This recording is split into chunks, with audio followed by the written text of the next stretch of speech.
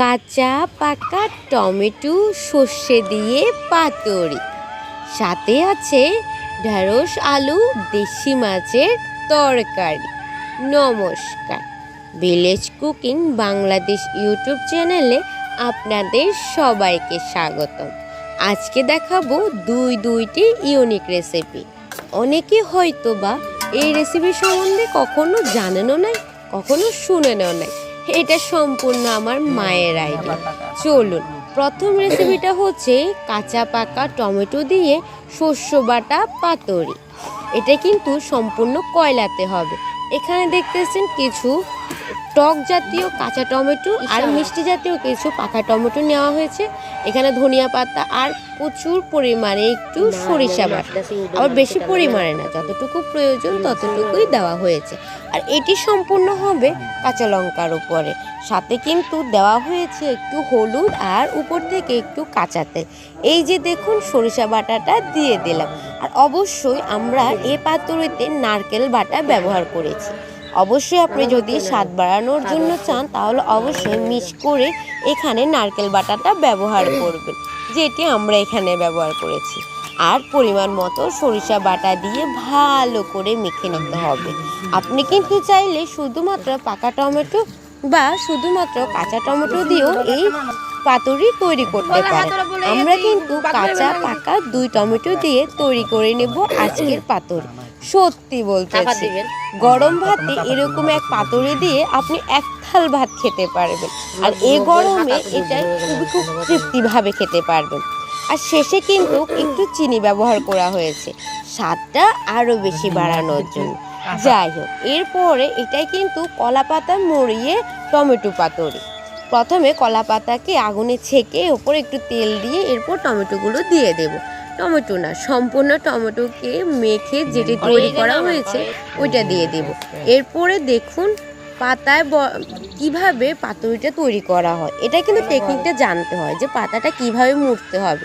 আপনি যদি পাতাটা খুব সুন্দরভাবে বা ঠিকভাবে না মুড়েন তাহলে কিন্তু আপনার পাতুরি কিন্তু চুলায় চলে যাবে।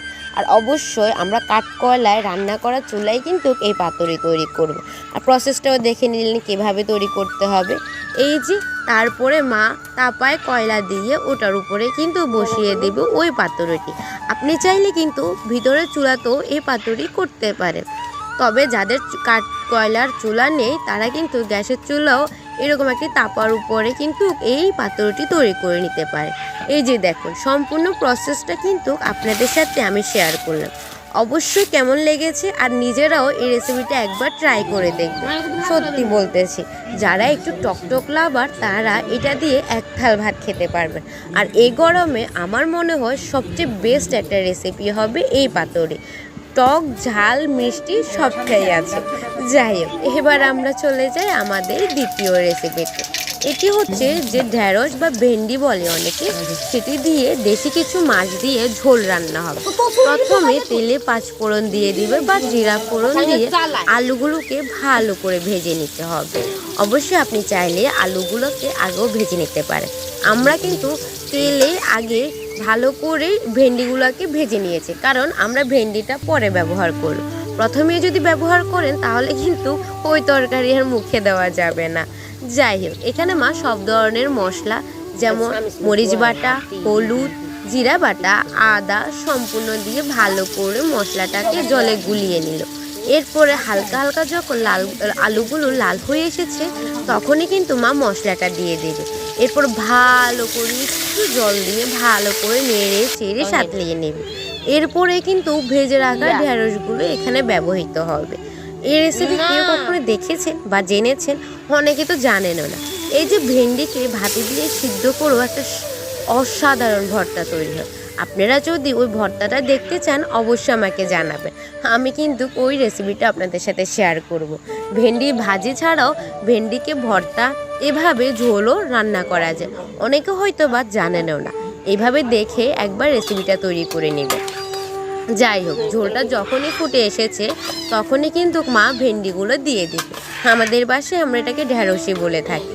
ঢেঁড়সগুলো দিয়ে দেবে। আগে দিলে কিন্তু ঢেঁড়সগুলো সিদ্ধ হয়ে রান্নাটায় পুরো বিগড়ে যাইতো, ওই জন্য। এরপর ভেজে রাখা মাছগুলো দিয়ে দেবে। এখানে কিছু শলা মাছ ছিল, কিছু বিভিন্ন ধরনের দেশি কিছু মাছ ছিল, সবটা দিয়ে কিন্তু আজকের আমাদের রেসিপিটা তৈরি হলো।